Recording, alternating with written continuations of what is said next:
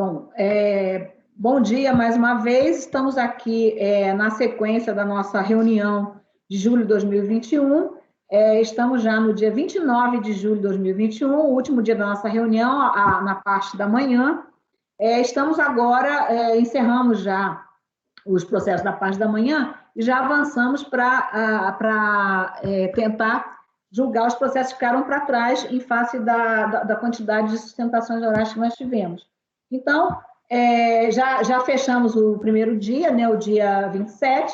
Agora, então, vamos passar para o dia 28 de julho de 2021, na pauta da manhã, e verificar aqui para julgar aquilo que ficou para trás e nós não julgamos ainda. Então, só repassando aqui, número 36 da pauta foi julgado, sustentação oral. 37 da pauta, número 36 era recorrente Biosev S.A., foi julgado. Depois nós teríamos o 37, Louis Dreyfus Company Brasil S.A., ele foi retirado de pauta pelo patrono. Depois nós tivemos o processo Nova American Holding Limitada, que foi julgado, né? Houve inclusive sustentação oral. Depois tivemos o julgamento do 39 da pauta, Roberto Abraham Bibas.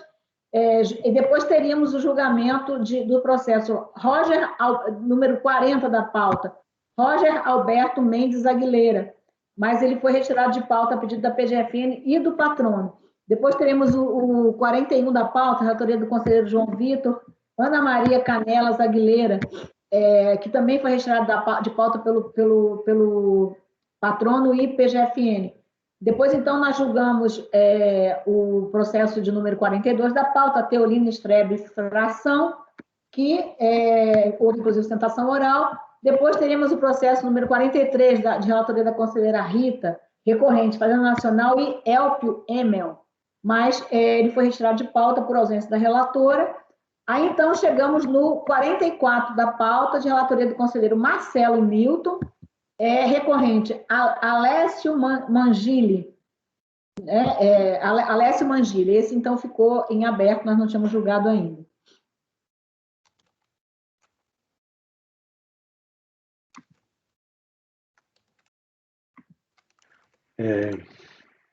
Vamos lá. Presidente, é um recurso especial do contribuinte. Ele é relacionado ao lançamento de imposto de renda à pessoa física em relação ao acréscimo patrimonial descoberto, tendo apurado a fiscalização, omissão de rendimentos, em vista da variação patrimonial descoberto do ano calendário 2002. Se verificou excesso de aplicações sobre origens não respaldadas por rendimentos declarados ou não comprovados, conforme demonstrativo do TVF de folhas que eu indico aí, demonstrativo mensal da variação patrimonial. Foi negado provimento ao recurso voluntário e o que foi recebido para análise no recurso especial, a matéria é o seguinte: inclusão de receitas e despesas da atividade rural no fluxo de caixa mensal para apuração de acréscimo patrimonial a descoberto. Aí eu vou direto para o voto, presidente. Eu, assim, avaliei a situação, mas eu estou aberto, tá? A questão do conhecimento. O recurso especial do contribuinte tempestivo foram apresentadas contra-razões pela Fazenda.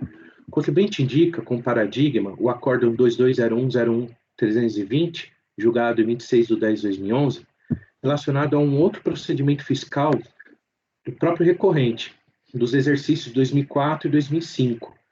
E até o relator foi o conselheiro Pedro Paulo. A ementa é o seguinte: atividade rural, missão de rendimentos, fluxo de caixa, apuração anual.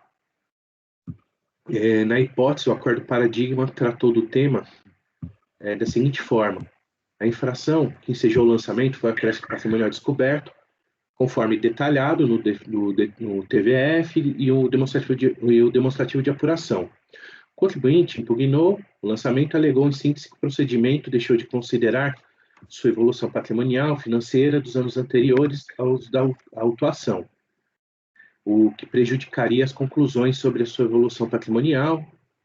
Como exemplo, refere-se ao ano de 2003, quando se deixou de considerar uma disponibilidade financeira de tanto, observou que a autoridade fiscal, mesmo conhecendo a sua atividade rural, optou por não utilizar essa informação e caminhou no sentido de aplicar a tabela progressiva dentro do resultado variável obtido.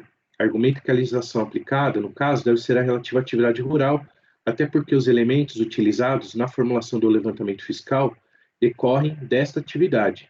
Diz que não há como a fiscalização encontrar variação patrimonial positiva no seu caso, pois possui apenas duas fontes de renda, o salário, com retenção na fonte, e a atividade rural, com prejuízo. Acrescenta que, em virtude da alegação de prática de crime fiscal, há necessidade de ressaltar a falta de materialidade das alegações. Aí vem dizendo que chama atenção no procedimento de apuração e que é relevante para o desfecho da lide é que a autoridade lançadora considerou, na apuração do fluxo de caixa, tanto ingressos e saídas normais da pessoa física, como rendimentos e despesas pessoais, quanto às receitas e despesas da atividade rural, que o contribuinte exercia. É relevante destacar, aliás, que o fator determinante para a apuração do fluxo negativo é exatamente a atividade rural, onde se verifica que o contribuinte realizou mais despesas em alguns meses do que obteve de receitas. Enfim, o contribuinte apresentou prejuízo da atividade rural. Ocorre que, como se sabe, a atividade rural tem uma sistemática de tributação própria, diferente da tributação dos rendimentos recebidos pela pessoa física, de sorte que a apuração de fluxos financeiros relativos à atividade rural deve ser feita separadamente. É-se disso, inclusive, que a apuração de fluxo financeiro da atividade rural é feita anualmente, quando nos casos dos fluxos financeiros dos demais ingressos e saídas da pessoa física é feito mensalmente. Tal conclusão decorre do fato de que a apuração do resultado da atividade rural é feita anualmente, conforme artigo tal, aqui do RIR e a legislação. De forma como feito o fluxo de caixa, portanto, com a predominância de valores correspondentes a receitas e despesas da atividade rural, o critério não é válido, não devendo prosperar a autuação que tomou por base o resultado assim apurado. Tornando ao voto, por sua vez, o voto vencedor do acórdão recorrido tratou o tema da seguinte forma. Conforme apontado pela autoridade julgadora de piso, o acréscimo patrimonial descoberto foi apurado pela fiscalização mediante a utilização de fluxos de caixa, planilhas em que são inseridas todas as origens de recursos comprovadas no decorrer da ação fiscal e todos os gastos e disponibilidades no mesmo período. Aí eu vou ler os trechos destacados.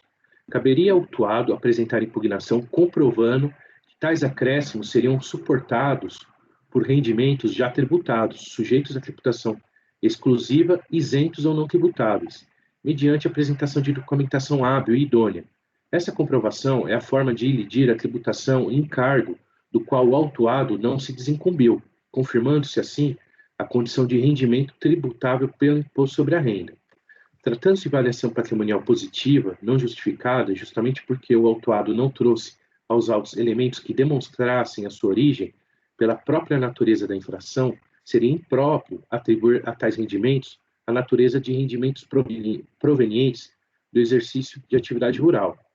Também é relevante destacar que no TVF, bem elaborado pela autoridade fiscal lançadora, consta o quadro de folhas tais, onde se demonstra a receita da atividade rural efetivamente apurada. Referido quadro ainda demonstra que a receita de atividade rural declarada pelo autuado em sua declaração de imposto de renda é superior à receita escriturada pelo próprio contribuinte no livro caixa, relativo à sua atividade rural, o que demonstra inconsistência nas declarações prestadas e aumento indevido de tais receitas. As quantias correspondentes ao acréscimo patrimonial da pessoa física, quando esse acréscimo não for justificado, devem ser acrescidas aos demais rendimentos tributáveis na declaração de rendimentos, submetendo-se à aplicação das alíquotas constantes da tabela progressiva do imposto. Aqui ele destaca a legislação, baseado no quanto exposto, entendo como acertado o procedimento adotado pela autoridade lançadora e convalidado no julgamento de piso, em estrita observância aos comandos normativos, devendo ser mantido o lançamento por seus próprios fundamentos.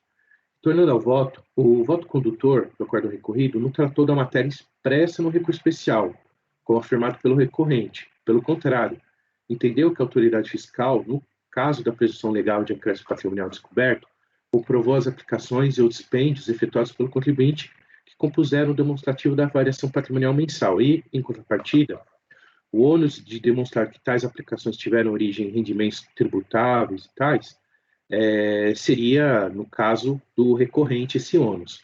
A fim de conhecer do recurso, haveria necessidade de acórdão paradigma, tratando do tema relativo ao acréscimo patrimonial, de forma que entendesse que o ônus probatório fosse da autoridade fiscal em relação à origem dos rendimentos para suportar as aplicações, para aí sim adentrar ao tema relativo à nulidade, tal como tratada no acórdão paradigma, e mesmo assim, havendo a necessidade de revolvimento de provas.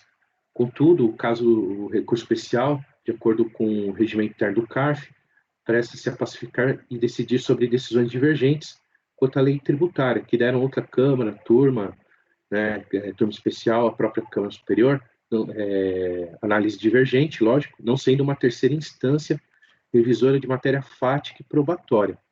Aí, no caso, eu não estou conhecendo do recurso especial, presidente, mas, assim, eu estou aberto, tá, a reformulação aqui. Sim. Bom, todo mundo entendeu? Querem perguntar alguma coisa? Posso, então, tomar os votos? Bem, o conselheiro, então, não está conhecendo o conselheiro Mário. Por hora eu vou acompanhar, presidente. Fiquei com dúvida, mas parece que os colegiados, eles analisaram sob óticas diferentes, não sei nem se não tem uma situação fática diferente um e outro, então, a princípio, eu acompanho aqui o conselheiro Marcelo. Só um esclarecimento, desculpe. presidente. Eu estava dando uma olhadinha justamente aqui nesse paradigma e tal. Aí só debater com o conselheiro Marcelo. Aparenta que essas questões aqui de atividade rural que foram debatidas né, que você está dizendo que não tem a similitude fática, seria porque caberia o contribuinte demonstrar a origem daqueles rendimentos, os recursos. Os recursos. Uhum. Mas aqui eu fui abrir o TVF e eu vi que a própria autoridade fiscal, ela coloca lá que é atividade rural. Ela tem a rubrica, rendimento de atividade declarada, enfim, recebido de pessoa física, jurídica e tal, e tem lá, rendimento de atividade rural e despesa de atividade rural. Então, acho que está superada essa questão de origem de recurso. É porque a gente não faz essa análise com base no TVF, com base no recorrido e no paradigma. É por isso que a gente tem essa dificuldade de, né, mesmo sendo situações bem parecidas, essa questão não foi trazida no paradigma e fica difícil da gente fazer a comparação. Entendi. Agora, pelo que eu entendi aí, e aí, já concordando aí com a conclusão do relator, é porque o processo paradigma, que foi da minha relatoria, foi dado por mim porque na apuração do acréscimo patrimonial foi colocado no fluxo, né, de entradas e saídas as receitas e despesas da atividade rural, juntamente com as outras receitas e despesas. E me parece que, no caso do recorrido, a pretensão do contribuinte é de que o acréscimo patrimonial seja considerado atividade rural. Que são duas coisas bem diferentes, né? Isso não foi tratado no paradigma. Sim, o paradigma não está demonstrando divergência, né, em relação a isso, porque não tratou disso. Tratam de coisas bem diferentes. Porque só confirma isso, né, relator? Parece que a pretensão do contribuinte no recorrido era de que o acréscimo patrimonial é atividade rural. Ele queria que, no fluxo, a fiscalização colocou ambos as receitas, tanto salariais dele e também a receita da atividade rural, né, o rendimento do salário e a receita da atividade rural e também a despesa também da atividade rural. Colocou ambos no fluxo, né? Mas no recorrido? Não, isso eu estou já falando do TVF. O acordo recorrido, né, o voto vencido até chega a comentar algo nesse sentido. Só que depois de vista e tudo mais, o relator foi vencido aí, né, foi 7-1 no caso, e prevaleceu o voto vencedor tratando da questão de prova, né, só da prova. Por isso que eu até entendi que haveria necessidade, até para chegarmos à análise que teve o acórdão paradigma, nós tratarmos essa questão de prova, né, que o voto recorrido ele toma como fundamento. Ele nem chega a adentrar essa questão. Mas ele falou um monte de prova. Eu até acho que faltou embargos do próprio contribuinte até para algum tipo de esclarecimento do voto recorrido, na minha ótica. Eu teria embargado, né, para alguns tópicos ali, para melhor esclarecimento. Mas foi isso que foi colocado. Não, porque pelo trecho que você leu do acórdão recorrido, nem toca nesse assunto que foi lá do paradigma. Portanto, realmente... né? Isso mesmo. E eu coloquei em totum, praticamente, o que está no voto recorrido. Né? Ele nem trata mesmo dessa situação. Ele fala muito mais de provas e tudo mais. Até em relação ao que foi lançado, o TVF, então, o fiscal já considerou as receitas de atividade rural como origem e considerou como aplicações o custo lá as aplicações, né, o custeio lá da atividade rural, e já havia considerado no lançamento. E é isso que ele quer no recurso? Ele quer que seja excluído a atividade rural do relatório mensal, lá, do demonstrativo mensal do APD. Mas ele quer ser excluído e traz um paradigma em que considerou isso lá. O paradigma, parece que o Pedro acabou de falar, parece que consideraram lá, não foi, Pedro? Não, consideraram e aí o paradigma foi para julgar que não deveria colocar no fluxo mensal receita e despesa da atividade rural. Tá. Só que no recorrido não tratou nem desse tema. São esses casos que a gente não pode, em sede de recurso especial, tratar algo que tem natureza de embargo, né? Por isso que o conselheiro Rodrigo bem colocou lá, que estava no TVF, mas que isso daí, se não se viu isso, deveria ter... Até, inclusive, recentemente teve uns julgados meus mas não só meu, de outros, mas eu lembro um que era meu, né? Exatamente porque na ocasião eu teria, digamos, avançado um pouco e considerado que teria sido pedido do contribuinte, mas que não tinha sido analisado no recurso. Aqui, se o contribuinte pediu mesmo que estava lá no paradigma, o acórdão não analisou isso. Então, não era... Não houve, então, na verdade, pré-questionamento, né, da matéria. Sim, presidente. E aí, isso aí é tipicamente situação que atrai embargos, né? Até para que a pessoa possa depois apresentar o seu recurso especial e tenha o pré-questionamento, né? Por isso que a gente diz que o despacho de embargos, né? Às vezes mesmo rejeitando, como aquele que a gente viu antes, né? Se ele dá um fundamento para aquilo ali, ele fornece, aí aquilo ali vale como pré-questionamento. Mesmo que ele diga assim, não teve omissão, está claro que tal coisa não podia. Aí sim daria o pré-questionamento, mas não houve, né? Embargo. Não. Bem, só porque eu ainda estou, né, entendendo melhor essa questão de analisar os paradigmas e tal. Mas assim, essa questão de pré-questionamento, ela é necessária quando há um voto vencido no próprio acórdão, porque aqui eu estou vendo no caso do recorrido, ele tem um voto vencido. A demonstração de divergência não se dá pelo voto vencido. Não se dá pelo voto vencido. Pelo voto vencedor, né? Ok, tá joia. Essa é uma questão do pré-questionamento, né, que você fala?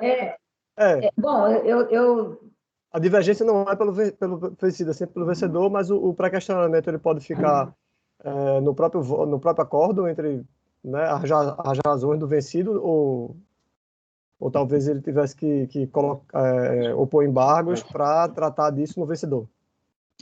Sim, pode estar a gente até admite ver pré-questionamento no relatório, por exemplo, né? Se o relatório trata daquilo, e aí depois, às vezes, o pré-questionamento está intrínseco, né? Assim, ele pode não ter falado especificamente, mas estava ali, aquilo. Mas eu acho que nem isso, né? Nem isso foi. Bom, aí eu não sei, podemos então tomar os votos? O conselheiro relator, então, não está conhecendo do recurso. Conselheiro Mário? Mário já tinha tomado, né? Já acompanho, relator. Sim. Conselheira Ana Cecília? Acompanho. Conselheiro Pedro Paulo? Acompanho, presidente. Conselheiro João Vitor?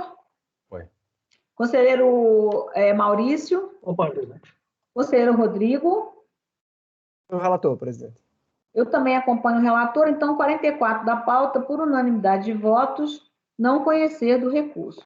Aí, então, seguimos aqui na pauta, o 45 da pauta, esse foi o 44, né? O 45 da pauta, então, também restou em aberto, é de relatoria da conselheira Ana Cecília, recorrente Pedro Mário Vicente Filho.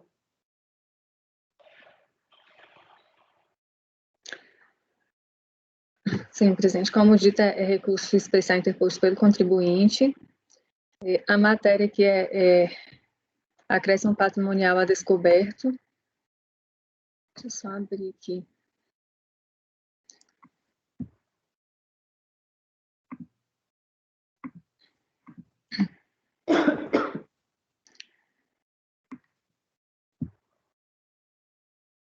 As duas matérias que subiram para rediscussão são as seguintes.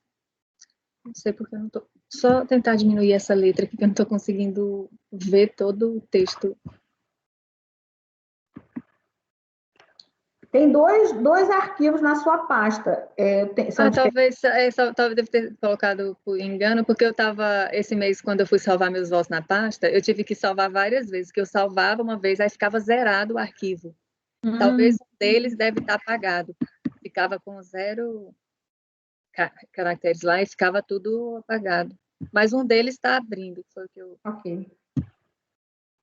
Sim, as duas matérias são as seguintes. Critério de comprovação dos dividendos recebidos de pessoas jurídicas para fim de justificar o acréscimo patrimonial a descoberto, e possibilidade de admitir como origem na apuração de acréscimo patrimonial a descoberto dinheiro em espécie declarado no ano calendário anterior. O recurso aduz o sujeito passivo, em síntese, que é incontroverso nos autos o fato de que o recorrente, no ano calendário de 2000, integrava quadro societário das pessoas. Eu vou até pedir licença, presidente, para eu poder tentar resumir, porque, Sim, assim, talvez fique melhor para entender. Aqui, nessas duas matérias que foram colocadas aqui para discussão, a segunda, ela é um pedido subsidiário, né? A primeira é o seguinte, a fiscalização, identificando esse acréscimo patrimonial, constatou que os rendimentos que o sujeito passivo aqui estava considerando como isentos, que seriam as distribuições de lucros, considerou que não houve essa comprovação, que intimou o contribuinte a apresentar os documentos relativos, né? Aí o contribuinte apresentou, assim, o livro caixa, os documentos, né, da contabilidade da empresa, da pessoa jurídica, e apresentou recibos. No termo de verificação fiscal, que está no volume 2 do processo, está a partir das folhas 28 lá de cima, né? O termo, ele coloca todos os documentos que foram apresentados pelo contribuinte, mas o cerne aí da questão para a auditoria fiscal foi o fato de o contribuinte, não obstante apresentar os recibos do recebimento da distribuição dos lucros da empresa, apresentar os livros, né, a contabilidade, tudo constando essa distribuição, havia a informação de que os valores tinham sido recebidos em dinheiro, por isso não tinha um trânsito assim da saída do valor da distribuição dos lucros da empresa para o recebimento do contribuinte, apesar da documentação, como ele alegava que o dinheiro ele tinha recebido em espécie, porque a atividade das empresas era, né, eles compravam sucatas, coisas assim, e era um negócio que envolvia, de fato, o uso assim, constante do dinheiro em espécie. E aí ficou nessa discussão por conta da ausência de comprovação, né, nesse ponto. Aí eu vou passar aqui para o meu voto. A decisão recorrida entendeu que, diante da ausência de provas, né, desse recebimento da distribuição de lucros da empresa, deveria ser mantido o acréscimo patrimonial. Eu vou passar aqui ao enfrentamento dessa primeira parte. Eu conheço do recurso, encontra tempestivo e presente os demais pressupostos de admissibilidade. Conforme narrado, o recorrente pugna pela rediscussão das questões atinentes ao critério de comprovação dos dividendos recebidos de pessoa jurídica, para fim de justificar o acréscimo patrimonial descoberto, e a possibilidade de admitir como origem na apuração do acréscimo dinheiro em espécie declarado no ano anterior. O sujeito passivo aduz, em suma, que restou efetivamente comprovado o recebimento dos valores decorrentes da distribuição de lucros. Além disso, salienta o recorrente que o saldo em dinheiro, em espécie, apurado, declarado na DIF, referente ao ano calendário de 99 transposto pelo contribuinte na DIPF no ano calendário de 2000, em nenhum momento foi questionado durante o procedimento de fiscalização, e é suficiente para cobrir a variação patrimonial tida como a descoberta. Por outro lado, consoante relatado, a Fazenda Nacional, em sede contra a razão, assevera que as provas trazidas aos autos pelo autuado não comprovam em absoluto o recebimento efetivo do numerário, sequer a guarda do montante elevado em dinheiro em espécie. Tratam-se de meras alegações, sem a respectiva dilação probatória adequada com a apresentação de documentos. Acrescentar ainda a recorrida que a jurisprudência administrativa é mansa e pacífica no tocante à necessidade de provas concretas e inequívocas do recebimento dos recursos com o fim de se elidir a tributação erigida por acréscimo patrimonial injustificado, conforme o posicionamento da segunda turma da Câmara Superior. Nesse contexto, cabe destacar que o ponto central da controvérsia é a comprovação do efetivo recebimento dos rendimentos isentos declarados pelo sujeito passivo, utilizados como justificativa para acréscimos patrimoniais. E aí, aqui, sobre o tema, o acórdão recorrido, reproduzindo o disposto pela DRJ, se indispôs.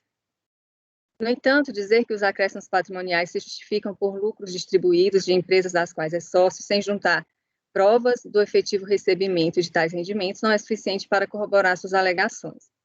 É necessária a apresentação de documentos de transferência ou cheque da empresa ou quaisquer outras provas irrefutáveis que permitisse identificar a data, o montante e a origem dos recursos alegados, para que se pudesse incluí-los no levantamento da evolução patrimonial.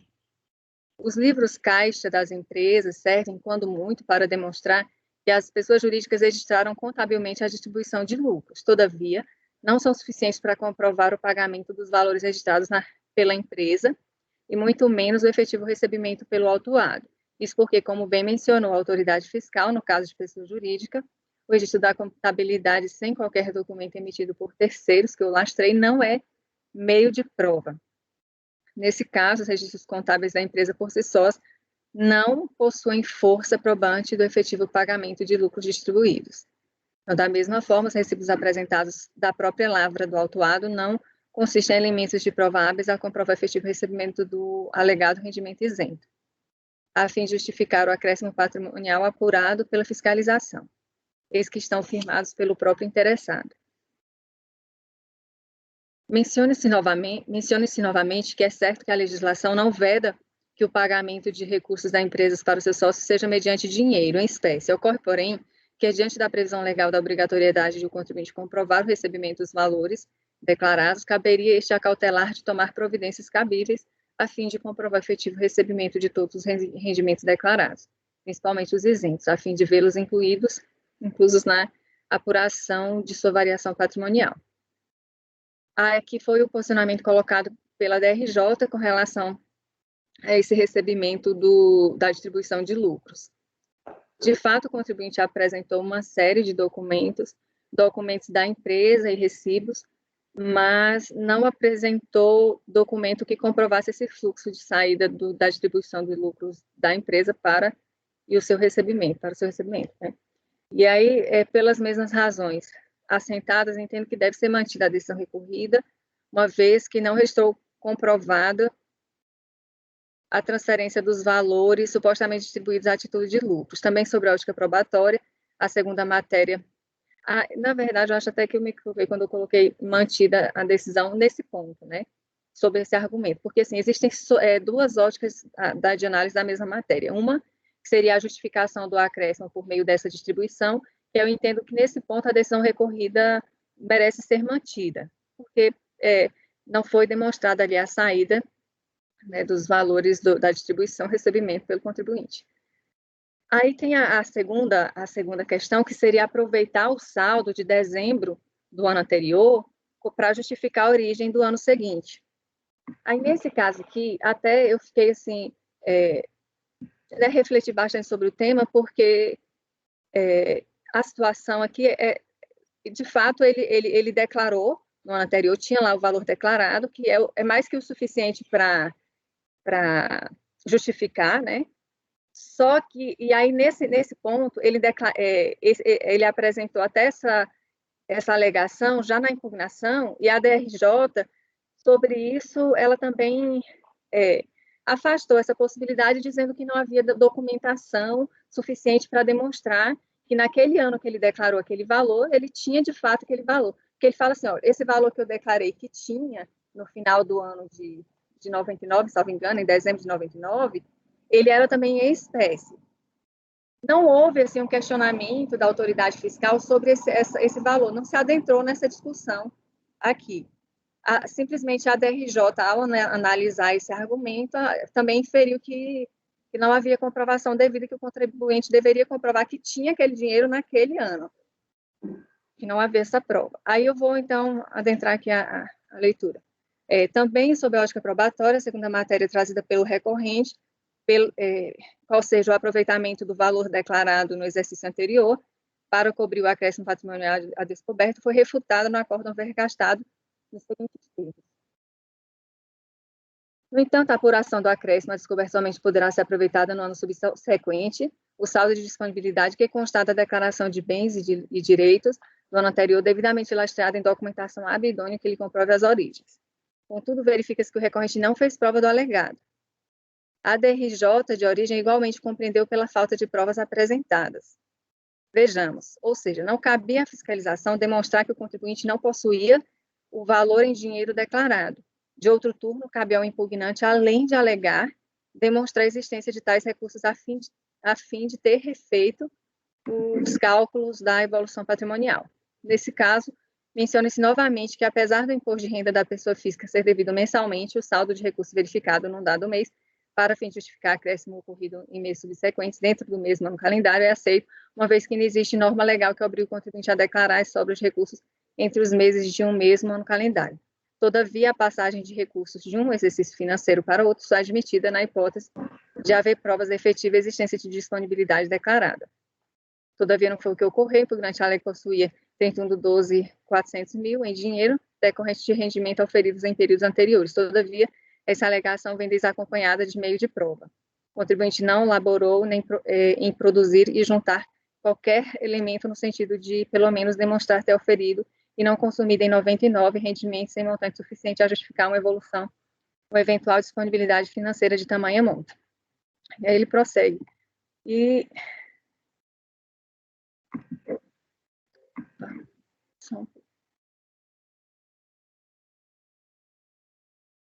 Aí ele prossegue no sentido de que não pode afastar o fato de que, diante da previsão legal da obrigatoriedade do contribuinte comprovar os valores declarados, cabia este ao cautelar e documentar adequadamente a disponibilidade de dinheiro declarada. E segue.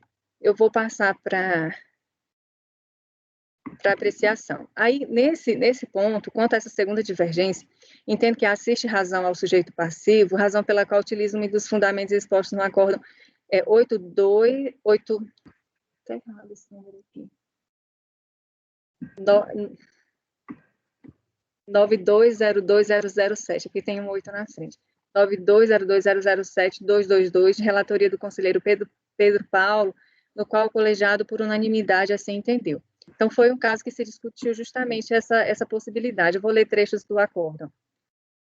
Quanto ao mérito, como se colhe do relatório, trata-se de definir se valores declarados na declaração anual, a título de disponibilidade de dinheiro em caixa, pode comprovar acréscimo patrimonial sem necessidade de prévia comprovação de sua origem, disponibilidade ou de outro modo, se seria ônus do fisco comprovar a inexistência de tal disponibilidade.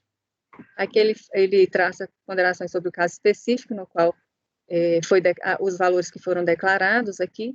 Registra-se por oportuno que sequer consta dos autos que o contribuinte tenha sido intimado a comprovar a origem desses recursos ou de sua efetiva disponibilidade.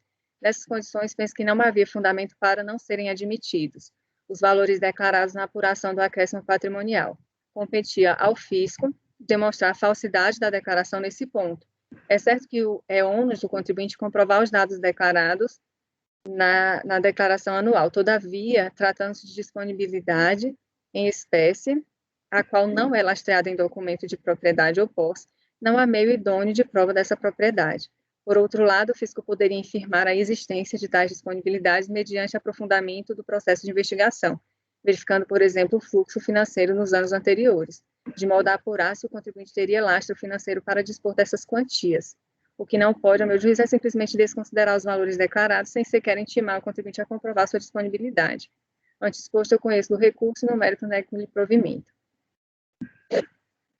Esse foi o do Pedro Paula. Portanto, agora a minha conclusão, voto por conhecer do recurso, no mérito dar-lhe provimento para acolher o pedido subsidiário relativo à utilização como origem na apuração de acréscimo patrimonial descoberto do dinheiro em espécie declarado no ano calendário anterior.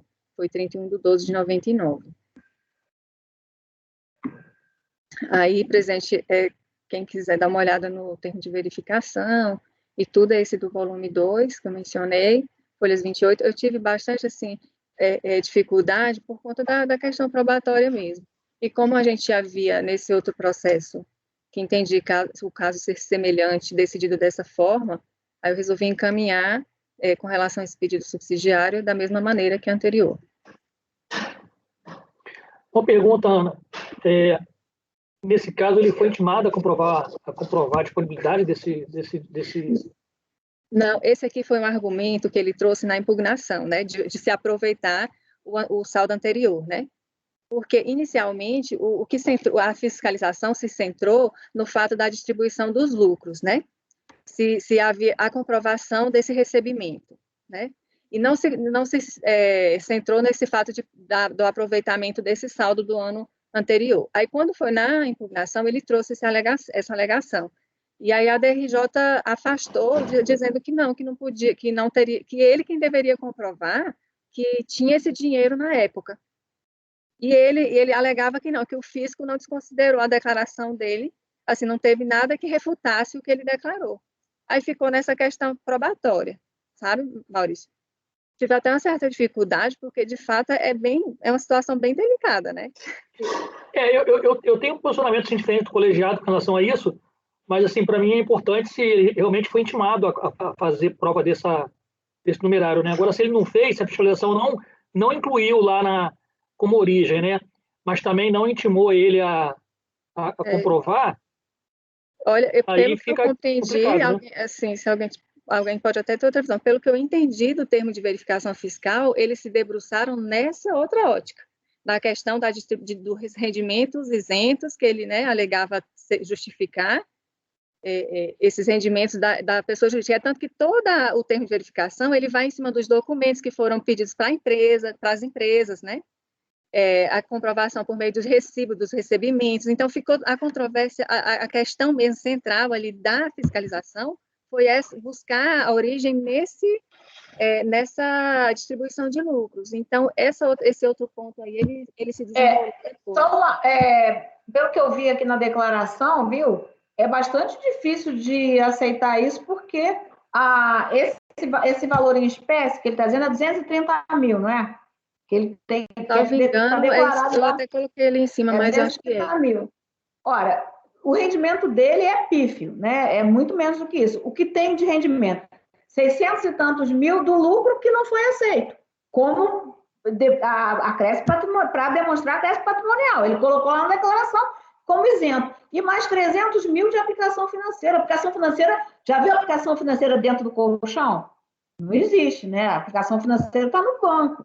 Então, em espécie, guardado, dentro, sei lá onde, no cofre, enfim, não pode ser os 300 e o lucro não foi já aceito.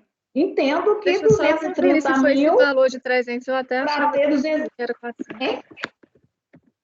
Eu tinha a impressão até que o valor seria outro. Eu tenho aqui, presidente, só uma questão que aí para esclarecer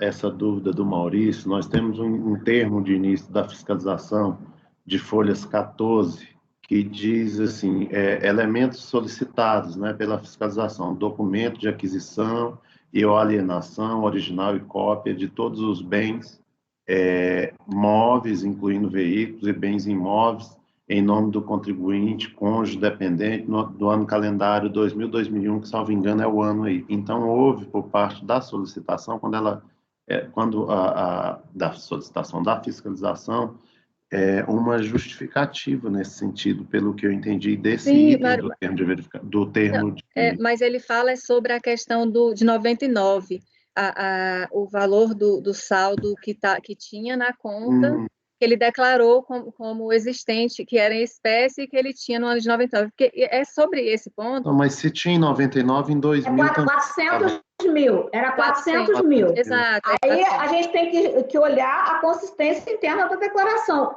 Rendimento de 400 mil, não tem. Rendimento líquido, não tem. Aí tem o quê? Isento, 600 mil de lucro que não foi aceito para o efeito da coisa, porque não comprovou que ele realmente recebeu. E 300 mil é de como é que se diz? Aplicação financeira. Porque de aplicações também teve uma, se eu não estiver enganada, foram consideradas algumas. Então, presidente, eu vou reformular meu voto para negar nesse ponto aqui. E, assim, eu tive bastante dúvida, porque é uma situação bem delicada. Apesar, foi um argumento que veio posteriormente, né? A justificativa para a DRJ negar foi uma justificativa que eu não acho plausível. Não é simples fato de ser em dinheiro que afastaria a possibilidade, né? Então, aqui a gente tem o fato, a questão central seria a incongruência da própria declaração, e não o fato de ter sido simplesmente em dinheiro. Porque, nesse caso, a gente já tem outras situações, que foi essa que eu estou citando aqui, a gente admitiu, mesmo sendo em dinheiro. Então, aqui eu vou reformular meu voto, considerando essas ponderações que foram feitas pela presidente com relação à declaração, que aí é um ponto distintivo, né, desse caso para o caso que a gente viu analisado pelo relator Pedro Paulo. Porque lá a gente considerou. Lá a gente considerou a declaração, o valor em dinheiro, constante da declaração, considerando a ausência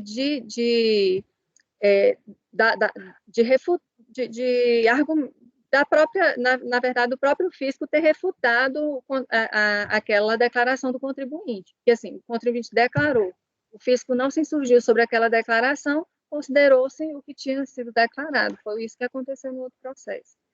Nesse aqui, eu estava encaminhando no mesmo sentido. Mas aí, consideradas essas ponderações sobre... inclusive, lembrando que o relatório, o termo de verificação, pondera também essas aplicações, que algumas foram consideradas, onde se apresentou documento dos bancos, né, isso aí teve uma parte. Então, eu nem saberia dizer se, provavelmente, isso aí já pode ter sido até considerado, quando no cálculo da APD. Bem, eu só peço Pedro Paulo, que foi o relator desse outro processo, Maurício, enfim... se eu estou tendo alguma... Maurício fiscalizou muito, né, essa parte aí. Eu estou vendo... No outro caso, o que a gente defende é uma tese geral, né, que foi acompanhada aqui. A tese é que, se o recurso foi declarado como dinheiro em espécie, essa declaração, o ônus de desconstituí-la é do fisco. Então, se ele tinha declarado dinheiro em espécie, tá certo? Esse, no fluxo patrimonial, para o mês de janeiro, você teria que considerar o valor declarado de direito em espécie. Eu acho que não caberia a gente aqui fazer juízo a respeito da circunstância da declaração. Quem tinha que fazer isso era a fiscalização. Né? Sim, a fiscalização não aceitou. Ela não fez isso, ela não aceitou. Mas aí eu tenho que ver se a fiscalização contestou, porque o que a gente diz é que a fiscalização pode contestar, pode exigir comprovação, etc., mas no próprio curso da ação fiscal.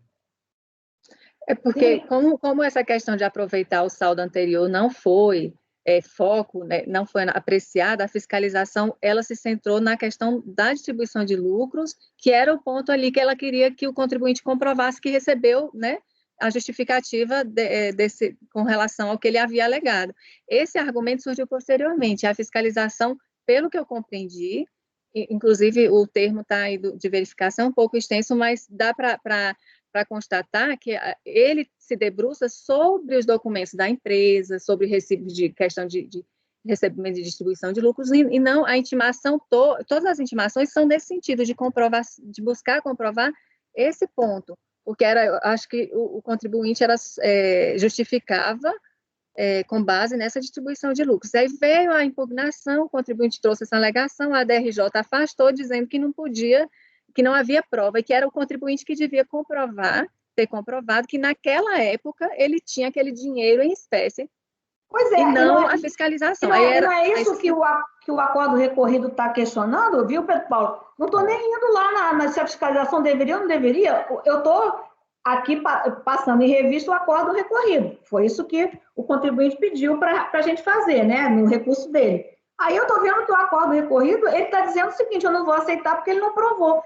Quando eu digo assim, não provou, eu estou olhando na declaração e vejo o seguinte, quando o contribuinte tem a prova de rendimentos, né, eu não vou querer saber se ele gastou, botou no banco, aplicou, mandou para o exterior e guardou no cofre.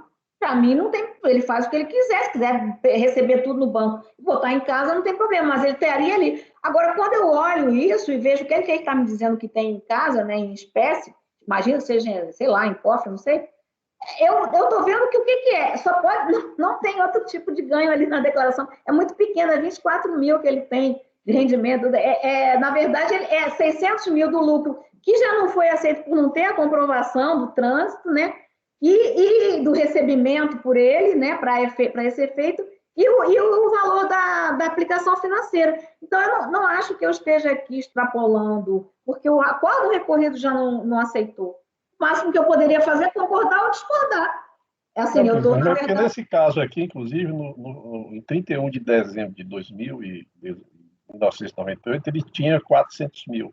Sim, é o que ele diz que tem. Em dezembro, caiu para 210, então... Não, mas ele está falando de 99, não é? É 99. 99 tinha 210, 99. Porque em 98 ele tinha 400 mil. Porque se a gente for fazer esse questionamento, a gente vai ter que ir regredindo até quando ele lançou pela primeira vez esse rendimento, entendeu? Bom, porque a gente só pode pedir vista na hora que chegar na vez, mas eu quero que, como tem que olhar umas situações fáticas e para que não tenha, digamos assim, contradição com a posição que a gente tem no voto, eu quero analisar o caso. Eu olhando aqui o processo, eu já vi que a fiscalização simplesmente não considerou no fluxo, né? Aí tinha que dar uma olhada no relatório fiscal. Ele faz Pedro Paulo, você está dizendo que não considerou no fluxo o valor em caixa, não é por isso que eu estou dizendo que eu não estaria extrapolando, porque ela já não aceitou. Agora, nem ela aceitou, nem a DRJ aceitou, e nem o acordo recorrido aceitou. Mas a nossa discussão é porque não aceitou. Se ela não aceitou, porque intimou o contribuinte a comprovar, etc. O contribuinte não. Ok. Não é intimar a comprovar, é você demonstrar que o contribuinte não teria aquilo. Eu pergunto à relatora se ela quer manter o voto dela, já que vai haver a vista, né? Eu vou, então, deixar como está e vou aguardar o posicionamento do Pedro Paulo. Então, eu vou só perguntar formalmente para chegar no momento de voto do pedido do revisor. Então, conselheira Ana Cecília está votando por conhecer do recurso e dar provimento parcial. Aí é provimento parcial, viu? Eu fiquei até em dúvida, porque assim, o pedido é subsidiário, né? Mas assim, o alternativo se você não der o máximo. Ele queria o máximo que considerasse, sei lá, com 600 mil. Porque, na verdade, esse que eu estou acolhendo vai ser o máximo que ele pode ganhar, porque aí exclui o acréscimo, justifica. Não, mas ele está pedindo o seguinte, primeiro que considere o lucro, que aí eu acho que... Aí nesse eu neguei. Vai ser parcial mesmo. Talvez nem precisasse desse valor, né? Não sei. Aí ele diz, subsidiariamente, se não aceitar isso, que aceite coisa. Então, eu acho que é o parcial. Porque ele queria as duas coisas, né? Não é isso? Uhum. Então, a relatora votou por dar provimento parcial apenas para considerar o saldo em espécie, né? Isso, em termos de dezembro, né? Do ano anterior, não é isso? Isso. Do ano anterior. Bem, aí o conselheiro Mário, só para a gente registrar para a vista. Presidente, a princípio eu vou acompanhar a relatora e esperar as ponderações do conselheiro Pedro Paulo. Sim. Aí, então, conselheiro Pedro Paulo, por favor. Sim, eu peço vista, presidente. Então, vista para o conselheiro Pedro Paulo, convertida em coletiva. Em coletiva. A relatora conheceu do recurso e lhe deu provimento parcial para acolher como origem, né? Como origem, não é isso? Como origem, como origens, boto assim entre aspas, né? Como origens, o valor em espécie, não é isso? Vou botar só assim. Declarado em... o valor em espécie declarado, né? Que a gente já sabe que é na declaração. Nesse ponto, houve pedido de... acompanhada pelos conselheiros, pelo conselheiro Mário, né? Pelo conselheiro Mário. Nesse ponto, houve pedido de vista, ninguém mais se manifestou quanto ao conhecimento ou mérito. Certo? Então, é melhor mesmo, Pedro Paulo, para a gente não ter uma posição incoerente. Às vezes tem um detalhe que a gente não vê, né? Bom, agora então... O quê? Não, tá. É porque tem aqui que ver umas coisas materiais, por exemplo, que eu já estou vendo. Tá. Okay, foi pedido visto, né? Você mantém a vista. Deixa eu só pegar aqui uma... Eu perdi aqui a minha pauta. Oh, meu Deus. Só um minutinho que eu saí aqui da... E tem que pegar de novo a minha pauta aqui. Eu estava seguindo... Senão eu me perco. Bom, esse era o número 45 da pauta, né? O número 46 da pauta, esse foi o 45, tá. O 46 da pauta, ele seria de relatoria do conselheiro Marcelo Milton, mas ele foi retirado de pauta pela PGFN, recorrente Anderson Luiz de Souza e Fazenda Nacional, teria recurso dos dois. Aí, então, o 47 da pauta, que restou em aberto, nós não julgamos ainda, de relatoria do conselheiro Pedro Paulo, recorrente Fazenda Nacional, contribuinte Ludovico Tavares Gianatásio. Gente, aqui trata de agravamento da multa por atendimento, por não atendimento de intimação, ou por atendimento de intimação não satisfatória. Eu vou direto ao voto aqui, presidente. O recurso da Fazenda Nacional, aliás, é um recurso contra recurso de ofício, né? Eu só dizer que eu inicialmente aqui até comecei a fazer o voto pelo não conhecimento aqui, que na análise que eu fiz eu entendi que as divergências poderiam decorrer das circunstâncias específicas e tal. Como eu fui fazer esse voto para demonstrar isso, o negócio do voto ficou tão complicado que eu achei que assim, ficou difícil demonstrar. Eu falei, não, então é porque se é difícil demonstrar que não está demonstrada a divergência, é mais fácil aceitar que está. Tanto que o voto aqui que eu comecei a fazer está aqui embaixo ainda em amarelo, porque caso os conselheiros me convençam, eu já estou com o voto pronto aqui. Mas aí eu fui no mérito, porque no mérito para mim é bem fácil, entendeu? Aí eu digo assim, porque aí no caso eu estou negando o provimento ao recurso da Fazenda, né? E diga assim, como se colhe do relatório, trata-se de recurso especial interposto contra acordo de recurso de ofício. Portanto, obviamente, né, o agravamento já caiu na DRJ. O colegiado da qual manteve a decisão de primeira instância que afastou o agravamento da multa por entender que apenas uma intimação poderia ter sido atendida pelo contribuinte. Isso porque no relatório diz que foi feito várias intimações, mas na verdade a única intimação que pedia documentos e esclarecimentos era apenas uma. Que o contribuinte não deixou de prestar os esclarecimentos solicitados, somado ao fato de que a eventual entrega de algum documento solicitado poderia ser suprida com a intimação diretamente à instituição financeira, né, o que de fato ocorreu. Aí eu cito o trecho do voto, e aqui no meu voto eu basicamente adoto também esse mesmo voto lá, né, que aí eu vou ler o voto, fica claro, né, que já é o voto lá da DRJ, que o acordo de recurso voluntário transcreveu e incorporou ao seu próprio voto, né, e diz o seguinte, que descreve bem a situação. Compulsando os autos, constata-se que por meio do termo número 1, início de procedimento fiscal, a fiscalização intimou o contribuinte a apresentar no prazo de 30 dias uma série de documentos e esclarecimentos relacionados às 1.900 e tantas cotas do Fundo de Investimento FIP.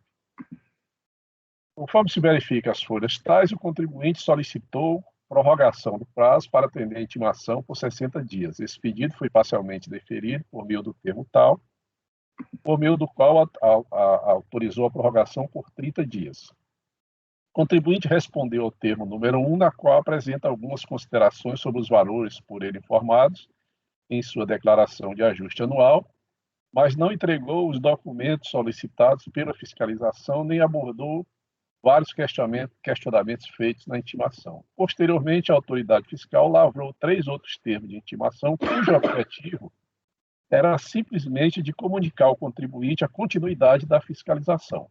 E aí diz assim: a única intimação, portanto, passivo de atendimento pela contribuinte é a de número 1.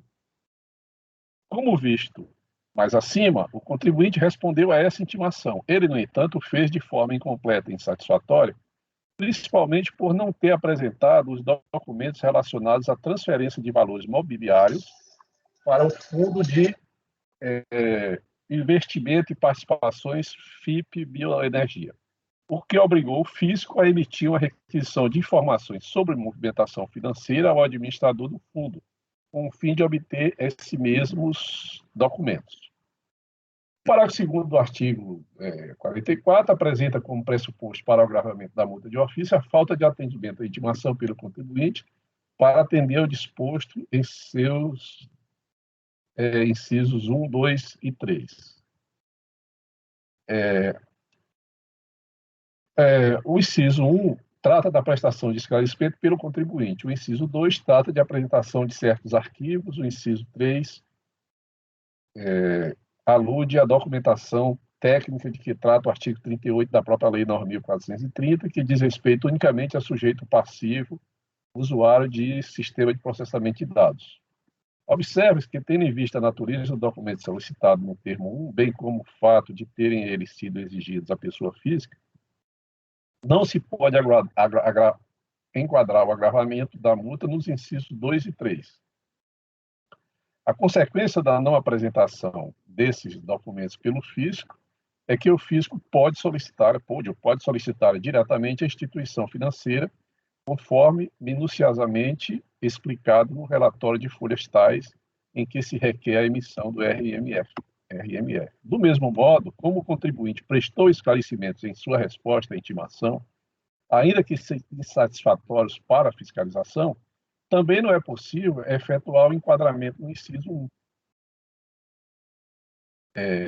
E aí eu fecho aspas e digo: penso que o recorrido tratou adequadamente a questão. Um aspecto importante do caso é que os documentos solicitados e que não foram entregues pelo contribuinte refere-se a movimentações/operações da instituição financeira e que, no caso de não fornecimento pelo contribuinte, poderiam ser requeridos diretamente às instituições financeiras, o que de fato ocorreu no presente caso, não prejudicando em nada o curso da ação fiscal.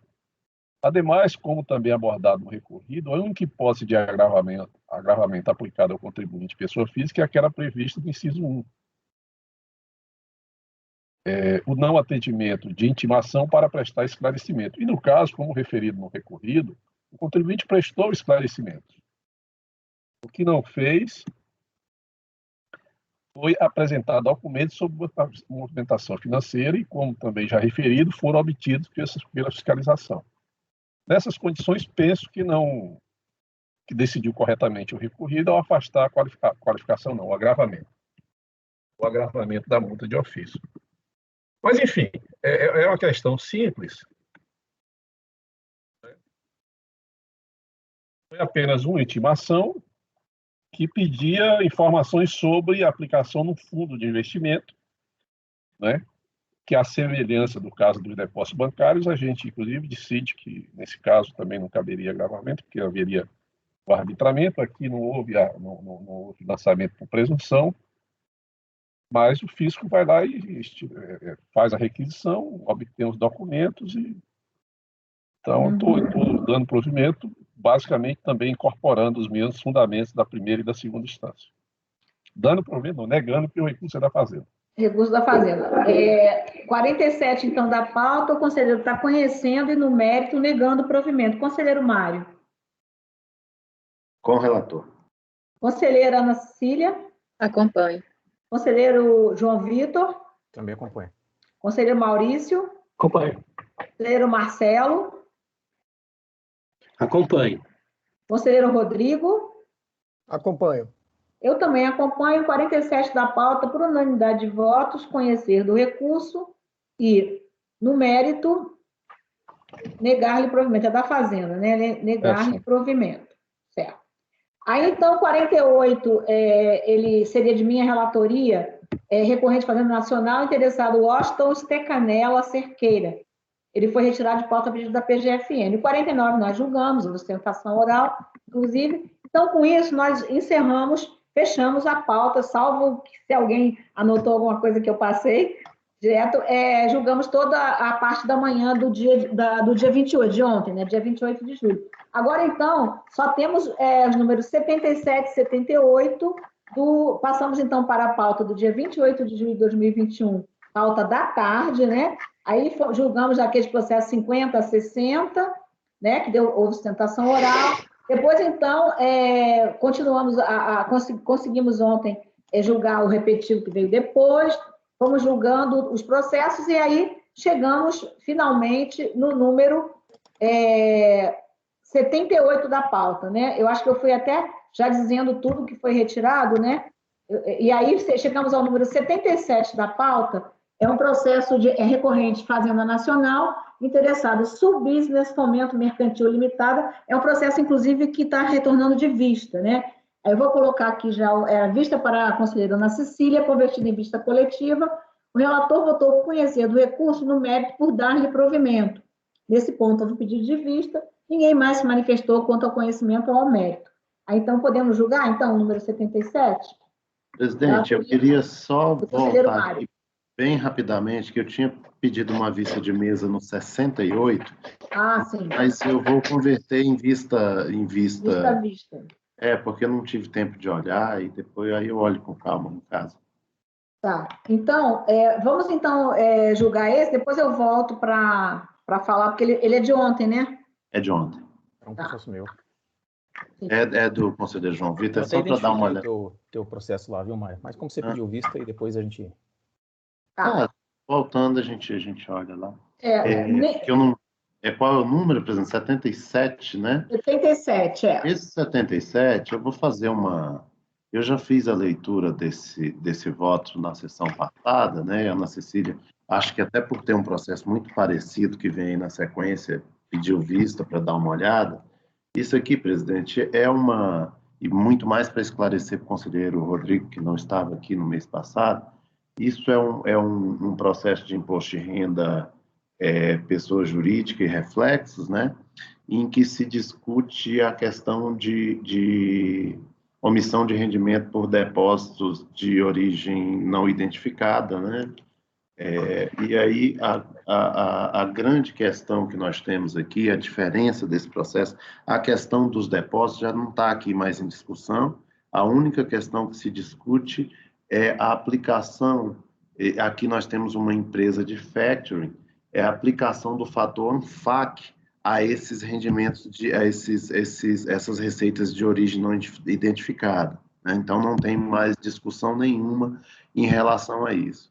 E aí, o meu posicionamento, eu estou mantendo aqui, obviamente, por não considerar esse índice ANFAC, ele reduz o valor das receitas, porque ele considera só aquela parte que efetivamente seria receita da empresa na atividade normal, porque uma empresa de factoring, ela como é que se diz, trabalha com recursos de terceiros, né? Então é calculado um percentual desse recurso que seria considerado a receita da empresa. No caso, como nós estamos trabalhando com depósito de origem não identificada, e aí eu não consegui identificar aqui nem a origem, nem a causa desse depósito, então não consegui associar esses valores à atividade normal da empresa, então eu estou, no caso aqui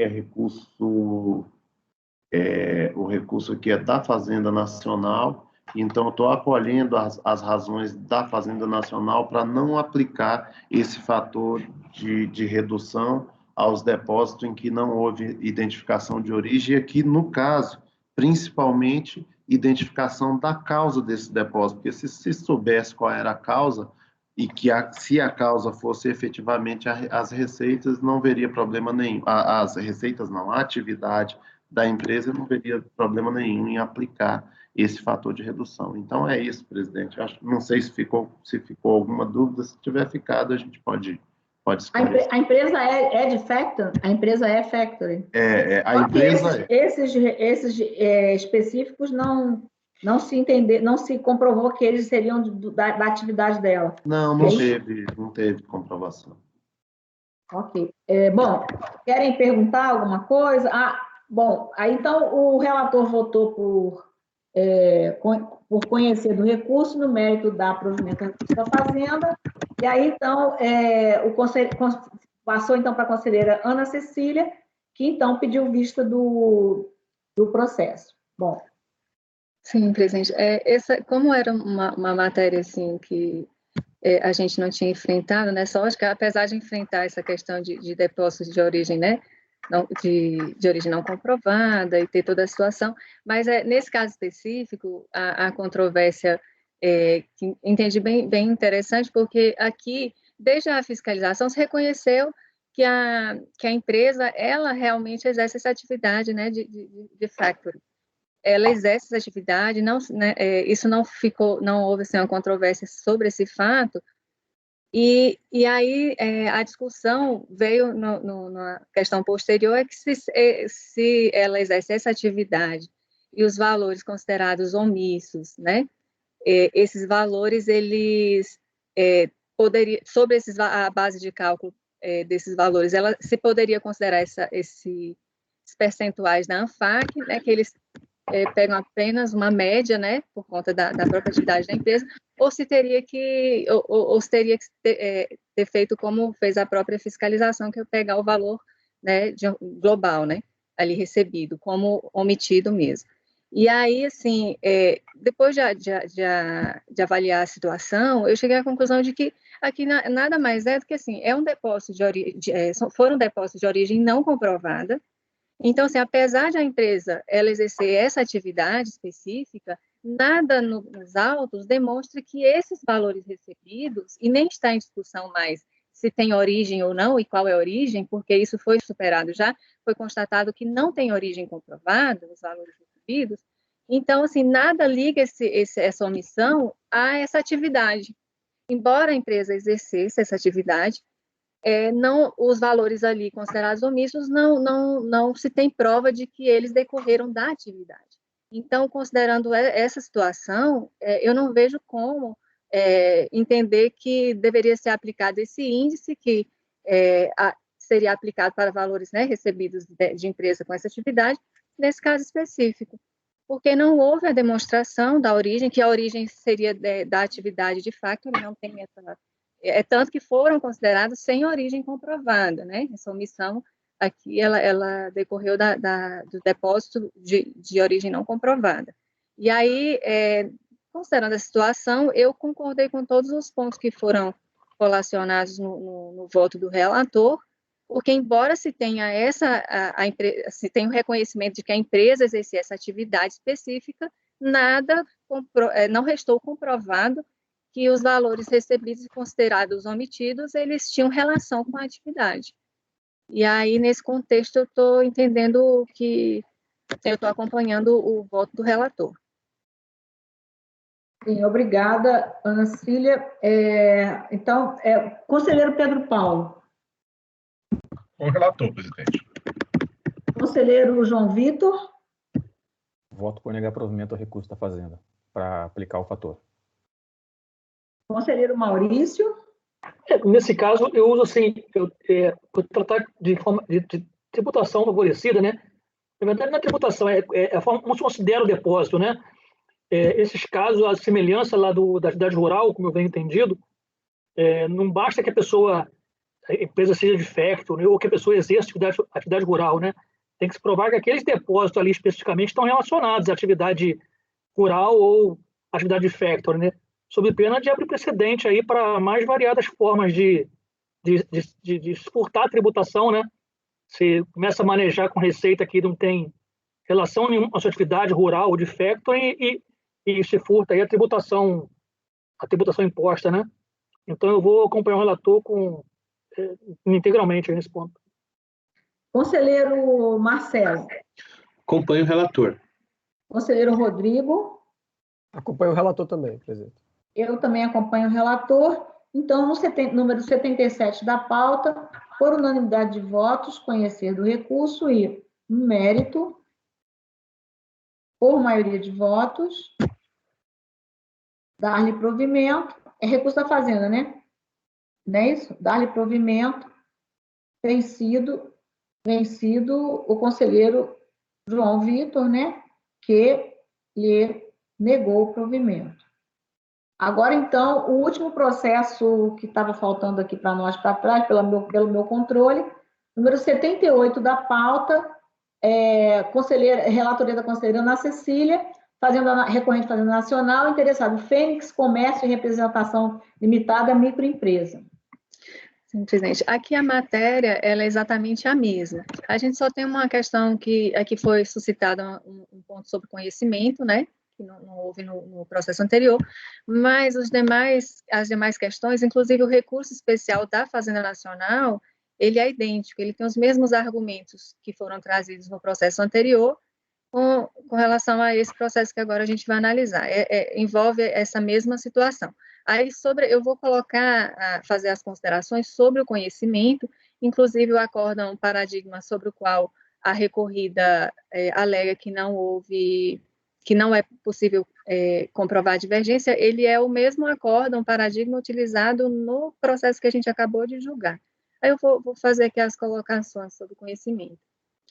Sustenta a recorrida a impossibilidade de conhecimento do recurso especial, considerando essencialmente que o acórdão 1402000826, utilizado como paradigma, tratou de situação fática distinta da constante dos presentes autos, pois entendeu, pela ausência da comprovação de exercício da atividade factory pelo contribuinte, já na situação sob análise, foi expresso o conhecimento do auditor fiscal sobre o desenvolvimento da atividade de factoring no ano calendário de 2005. Nota-se que o acórdão recorrido reconheceu a necessidade de aplicação do fator ANFAC às receitas tributáveis, mesmo não havendo comprovação da origem dos depósitos pelo contribuinte. Ao não se comprovar a origem dos mesmos, sequer há como saber se tais depósitos correspondem em verdade receitas da própria atividade factoring. Faz pertinente a transcrição de alguns trechos da decisão vergastada. E aí eu vou na parte grifada. O problema maior que prejudica os argumentos trazidos pela recorrente são as origens dos depósitos bancários, não se sabendo se são decorrentes da operação de factoring ou de sua atividade, podendo até se cogitar a licitude ou não desses valores. Ainda que consideremos que a atividade praticada pela recorrente fora de factoring, com base nas provas trazidas nos autos, não se consegue apontar o valor daquilo que se chama de diferença, pois do exame dos relatórios apresentados pelo contribuinte não há qualquer coerência entre as datas e valores das importâncias apontadas pela autuada com os extratos bancários. Aí ela vai seguindo. Com a análise dos embargos de declaração opostos pelo sujeito passivo, o colegiado integrou o julgado da forma a seguir exposta. Com a nova composição, se considerou que o fator médio da ANFAC deve ser aplicado quando não se consegue identificar o spread das operações. E aí segue. No tocante ao paradigma anteriormente mencionado, resta evidente se tratar de situação semelhante à apreciada nesse colegiado, pelo que se extrai do trecho abaixo.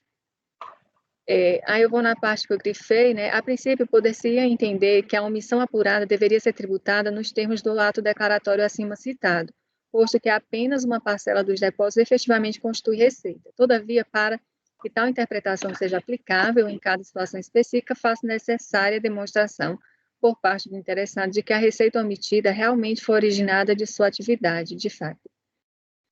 O que não ocorreu no caso em apreço, no qual o interessado limitou-se a alegar, sem, no entanto, comprovar a sua afirmação. Aí vai colocando outras considerações. Aí aqui é a minha conclusão. A partir da análise das decisões referidas, extrai-se que a divergência se instaura em razão da não comprovação da origem dos créditos efetuados nas contas bancárias autuadas. Diante da não comprovação da origem, consequentemente, não houve comprovação da natureza do depósito, se decorrente da atividade própria do contribuinte ou não. nota-se que o mencionado paradigma não afasta a existência da atividade de factoring do sujeito passivo, mas apenas entende que não houve comprovação de que a receita omitida se originou de tal atividade, situação essa idêntica à do acórdão recorrido.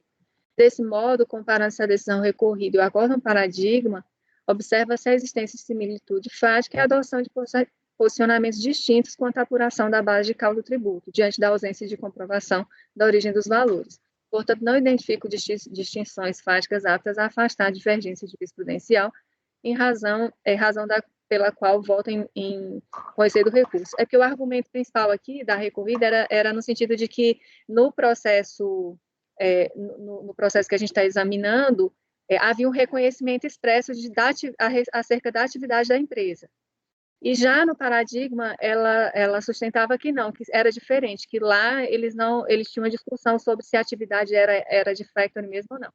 Mas, na verdade, não foi assim, pelo que eu extraí, né, do paradigma. A situação é exatamente semelhante.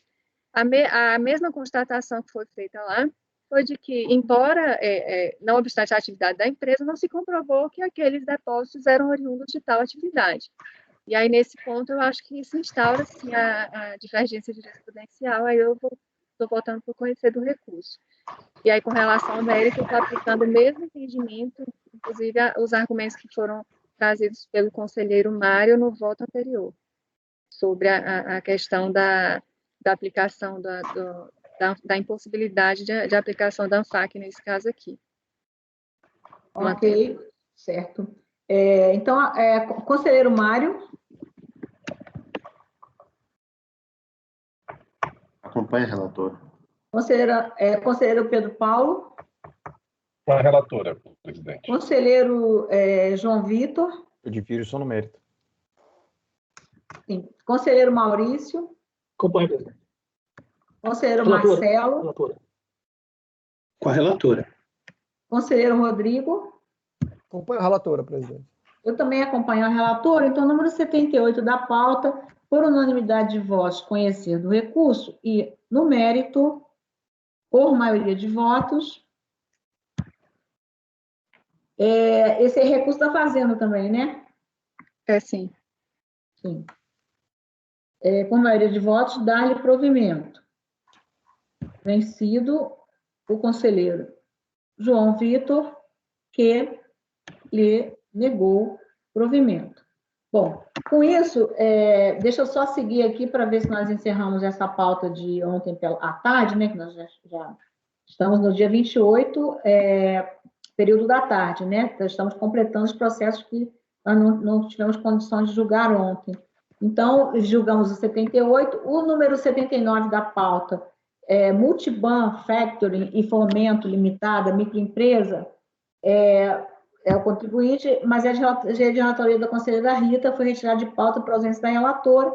Depois, então, o conselheiro, seria de relatoria do conselheiro Mário, número 80 da pauta, recorrente, Odontoprev S.A., retirado de pauta pelo contribuinte e PGFN. 81 da pauta, recorrente Fazenda Nacional, interessado, Banco Votorantim S.A., também retirado de pauta por contribuinte e PGFN.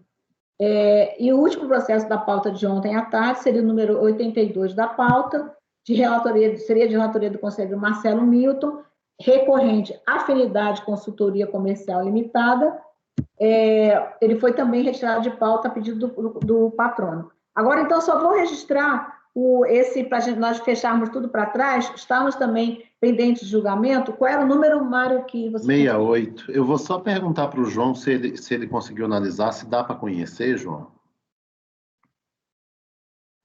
Perdão, eu desliguei o microfone. Você não conheceu lá naquele caso. E os casos porque eu não sei se é exatamente a mesma coisa. Vou examinar de novo, e aí, de repente, à tarde... Sim, a gente pode fazer o registro à tarde. Só lembrem para registrar. Já se sabe, então, que vai ter vista mesmo, né? Que ele vai ser retirado de pauta. Aí só vamos registrar a decisão, né? Assim, esses elementos aí. Não, presidente, se o conselheiro João achar que pelos argumentos não é possível,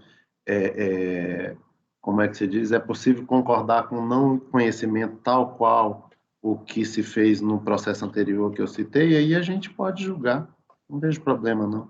Agora, Tá. se não, aí eu até gostaria de dar uma olhada mesmo para ver se eu reavalio o meu posicionamento em relação ao outro. Certo. Então, nós então estamos só retornando aqui a um processo que ficou com vista de mesa, o número 68 da pauta, né, que ainda era de ontem à tarde, né, do dia 28, não é isso? De julho de 2021, na pauta da tarde. Nós tínhamos ficado ainda... o número 68 da pauta, recorrente Fazenda Santa Cristina Limitada, o conselheiro era de relatoria do conselheiro João Vitor, e foi pedido uma vista de mesa pelo conselheiro Mário, que agora vai ser convertido em vista, mesmo para o mês que vem, e convertido também em vista coletiva. Acho que até tarde eu consigo dar um feedback para ver se... Porque lá no processo do Mário, a matéria é basicamente a mesma, o contribuinte é o mesmo, e lá não foi conhecido o recurso por unanimidade. Aqui, como eu estou encaminhando por conhecer, eu vou reavaliar essa questão do conhecimento para me alinhar ou não ao que já foi decidido naquele outro processo de relatoria do Mário. Sim. Isso aí dá para a gente ver à tarde, presidente. Não anunciar o resultado agora, anunciar só à tarde. Isso. Mas não é resultado, não. Eu só ia dizer que ele conheceu e fez tal coisa. Não, ele está vendo a hipótese de reavaliar. Por isso que, manter a vista de mesa até a parte da tarde de hoje. Isso, só manter a vista de mesa. Ah, tá. Ok. Então, tudo bem. Então, voltamos então à tarde, né?